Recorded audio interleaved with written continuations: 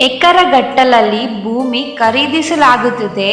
ಮನುಷ್ಯನನ್ನು ನೋಡಿ ಸ್ಮಶಾನ ಮುಗುಳ್ನಕ್ಕಿತು. ಯಾಕೆ ಗೊತ್ತಾ?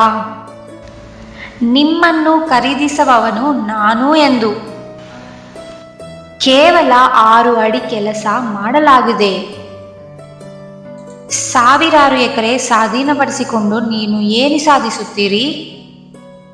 ನೀವು ಹೊರಟು ಹೋದರೆ ಅವರು 2 ದಿನದಿಂದ ನಿಮ್ಮನ್ನು ಮರೆತು ಬಿಡುತ್ತಾರೆ.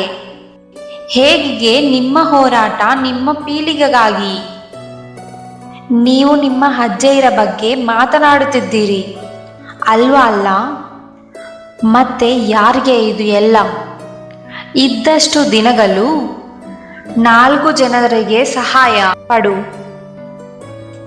ನಿಮ್ಮಲ್ಲಿ ಇರುವುದರಲ್ಲಿ ಸಂತೋಷವಾಗಿ ಇರಿ.